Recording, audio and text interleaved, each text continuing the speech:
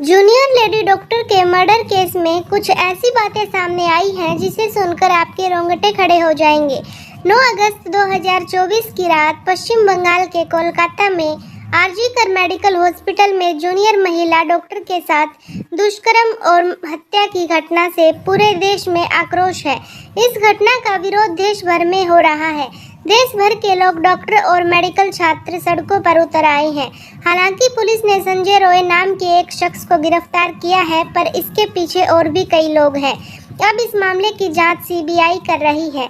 CBI के आने के बाद इस केस में कई चौंकाने वाले खुलासे हुए हैं। पोस्टमार्टम रिपोर्ट के आने के बाद यह तो निश्चित हो ही गया कि इस घटना के पीछे सिर्फ एक आदमी नहीं है, बल्कि और भी कई लोग हैं। दोस्तों, इस वीडियो में आगे बढ़ने से पहले कृपया हमारे चैनल को सब्सक्राइब जरूर कर दें और बेल आइकन ऑन करके ऑल पर प्रेस कर दें ताकि मेरी वीडियो की नोटिफिकेशन सबसे पहले आप तक पहुंचे।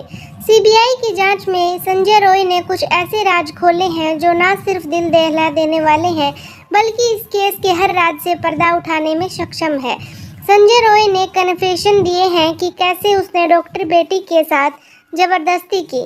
संजय ने बताया कि उसने पहले डॉक्टर बेटी को मारा, पीटा, बेहोश किया और फिर उसके साथ जघन्य अपराध किया।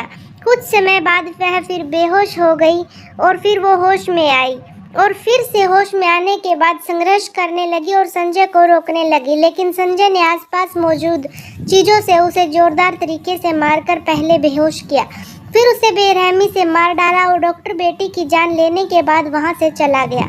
निकलते वक्त उसका एक ब्लूटूथ डिवाइस नीचे गिर गया, जिसके आधार पर वह पकड़ा गया। इस केस में भले ही पुलिस ने संजय रॉय को गिरफ्तार किया है, लेकिन इस केस के केंद्र में पूर्व प्रिंसिपल संदीप घोष नजर आ रहे हैं। यह पहला मौका नहीं है जब संदीप घोष विवादों में घिरे हैं। संदीप घोष का पूरा करियर ही भ्रष्टाचार है और पद के दुरुपयोग के आरोप में से घिरा है कि उन्होंने इस पूरे मामले में लीपापोती की और हत्या के मामले को आत्महत्या का रूप देने की कोशिश की। अब सीबीआई लगातार उनसे पूछताछ कर रही है। सीबीआई ने संदीप घोष से कुछ महत्वपूर्ण प्रश्न किए, जो कि इस प्रकार हैं। इस घटना के बारे में आपको कब और कैसे पता चला? इस घटना की जानकारी मिलने के बाद आपने क्या क्या किया? आप इतने सालों से मेडिकल प्रोफेशन में हैं, जब आपने लेडी डॉक्टर की बॉडी देखी और देखने के बाद आपको क्या लगा? जरा यह भी बताइए कि पुलिस को किसने और कब कॉल की थी और पुलिस को क्या बताया गया था? मृतक डॉक्टर के परिवार वालों को कब जानकारी दी गई और किसने जानकारी दी? मृतक डॉक्टर के परिवार को आखिर क्या बताया गया था? आपको किसने बताया था कि यह सुसाइड का केस है? मृतक डॉक्टर के परिवार को गलत जानकारियाँ किसके कहने पर दी गई? किसके कहने पर परिवार से कहा गया कि आपकी बच्ची ने सुसाइड कर लिया है?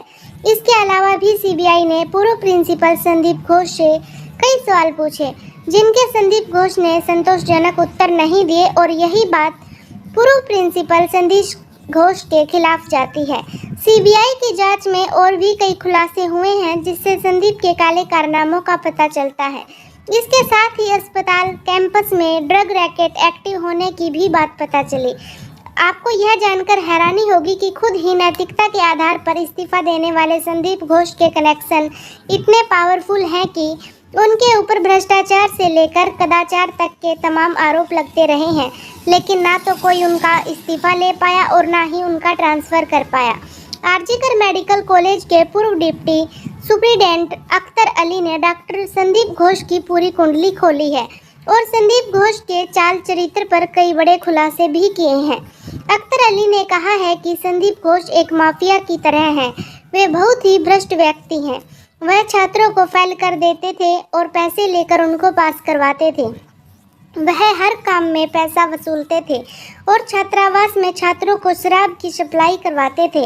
वे मानव अंगों का तस्करी भी किया करते थे, बांग्लादेश के साथ अवैध व्यापार भी करते थे और प्राइवेट अस्पतालों को अज्ञात शव बेचा करते थे और उनसे पैसे वसूलते थे। उन्होंने अपने पद का दुरुपयोग किया और उनके खिलाफ कोई ठोस कार्रवाई नहीं की गई।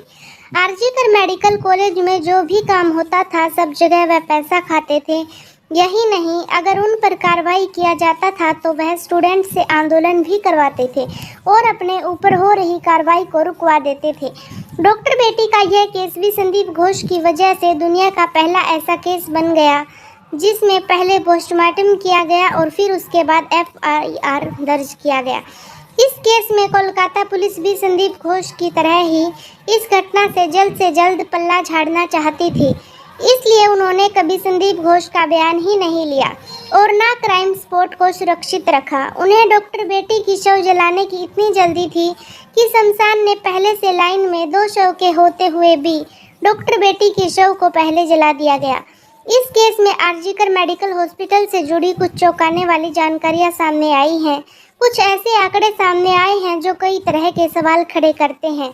आरजीकर हॉस्पिटल में मारी जाने वाली जूनियर लेडी डॉक्टर अकेली इंसान नहीं थी। इससे पहले भी कई लोग मारे जा चुके हैं जिनका केस आज तक सॉल्व नहीं हो पाया है। इसलिए ऐसा भी कहा जा रहा है कि आरजीकर अस्पताल मर्डर मिस्ट्री का घर है। यह बात इसलिए भी कहा जा रहा है क्योंकि पिछले 23 सालों में 2001 से लेकर 2024 तक आरजीकर डॉक्टर्स की रहस्यमयी तरीके से मौत हो चुकी है।